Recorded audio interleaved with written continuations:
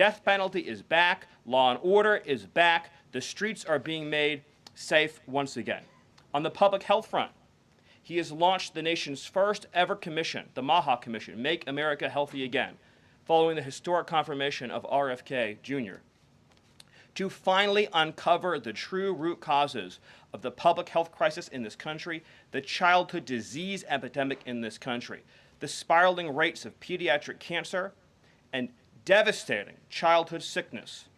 He has finally created a situation where the federal health agencies in this country will be focused on preventing disease, on keeping children from getting sick in the first place, not sending them to a lifetime in and out of hospitals, suffering needlessly, when we can find ways to prevent this epidemic of illness. Then, of course, on Homeland Security.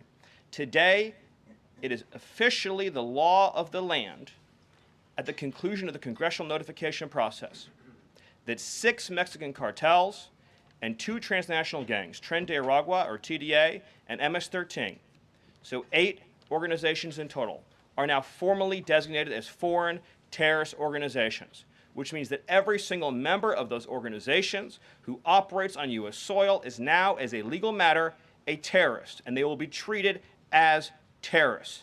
This is a sea change in U.S. policy, and this means the Department of Justice and the Department of Homeland Security, along with the rest of U.S. law enforcement and the Department of Defense, are now operating in a legal reality where these cartels are recognized as terrorists. And there will be a whole of government effort to remove these terrorists from our soil and to degrade their ability to threaten or undermine any American security or sovereignty interests. Border crossings, since the day he took office, are down 95%. I think it's almost impossible to even describe the scale and scope of that achievement. President Trump, within days of taking office, cut border crossings 95%. And those few who have dared to cross are being either prosecuted or deported. They're either facing significant jail time for trafficking, smuggling, harboring, aiding, impeding, or they're being immediately removed from our soil. Either way, at the end of the process, they are going home.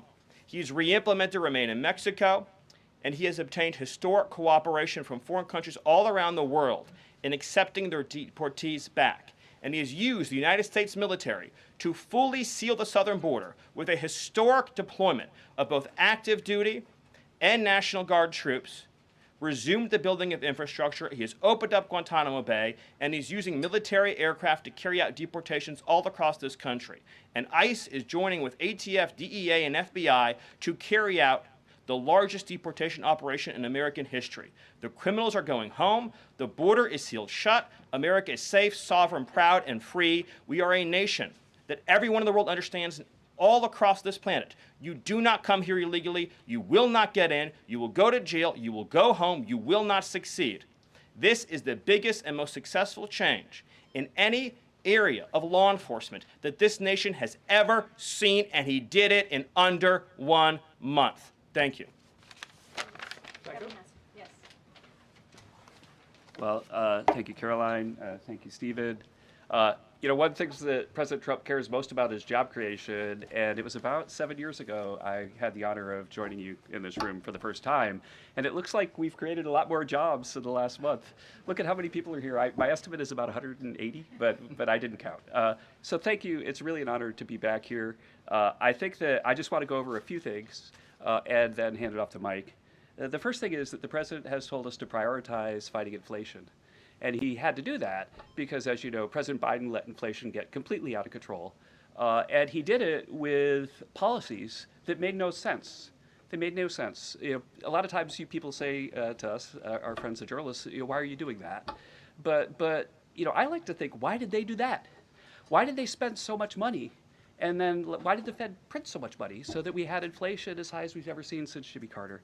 So why did they do that? So we're addressing inflation. We didn't have to address it in the first term because it was always in the ones, almost always. But we're going to get it back there. And how are we doing it? Well, we're doing it with a plan that President Trump and I and others have talked about in the Oval that involves like every level of fighting inflation. First, the macroeconomic level. We're cutting spending. We're cutting spending in negotiations with people on the Hill. We're cutting spending with the advice of our IT consultant, Elon Musk. And then we're also looking into supply side things, like restoring Trump's tax cuts, maybe even expensing new factories so that there's an explosion of supply. If you have an explosion of supply and a reduction in government demand, then inflation goes way down. And then one of the things that you want to say is, well, when are you going to see it? Well, the first thing that you'll see when the markets believe that we're going to get inflation under control is that the 10-year Treasury rate goes down, because that's how they think about future expected inflation. And so we're still going to see some memory of Biden's inflation. It's not going to go away in a month. But the 10-year Treasury before the last consumer price index had dropped about 40 basis points. 40 basis points because markets were optimistic about our ability to fight inflation. 40 basis points is kind of not a fun thing to say. Economists talk that way, I apologize. But the way to think about it is, for a typical mortgage, if that affects the mortgage rate, then it's going to save a typical family buying a house about $1,000 a year. And that's just in our first month. Okay. The second thing we've done is we've had a lot of trade talks. In fact, I was just meeting a minister from Mexico with Howard Lutnick just a couple of hours ago. And we're talking about reciprocal trade, and we're also talking about the fentanyl crisis. And so reciprocal trade is about our government treating other governments the way they treat us. We want trade to be fair. It turns out that Americans have been disadvantaged by foreign governments over and over, and President Trump wants it to stop. And the fact that struck me as most noticeable when I started to look at what President Trump was asking us to do is that last year we have data, U.S. companies paid $370 billion in taxes to foreign governments. $370 billion. Last year, foreign multinationals paid us $57 billion in taxes. We have 1/4 of world GDP. They have 3/4 of world GDP, and we're paying 370, they're paying 57. This is not reciprocal. We're going to try, or we're going to, fix it. The other thing that we've done is we've had an all-of-the-above energy approach that's led by Doug Burgum and Chris and a really large team, EPA. And we've already made so many actions that are going to affect the price of energy and lower inflation. We've opened up 625 million acres to energy exploration. We've cut 50 years of red tape that makes it so you can't have permits. And we've even made it so that when you go home, if you get a new one, then you can take a shower or flush a toilet or read under a light bulb. We're doing that too. So finally, let's just think about like the facts that we can see right now that we think are awesome. So guess what? Small business optimism has gone up by the most ever since President Trump came in. ISM, which is the measure of what's going on in manufacturing, it's expanding again for the first time in years. CEO confidence is the highest it's been in years. And the reason people are thinking this is that our policies give people cause for optimism.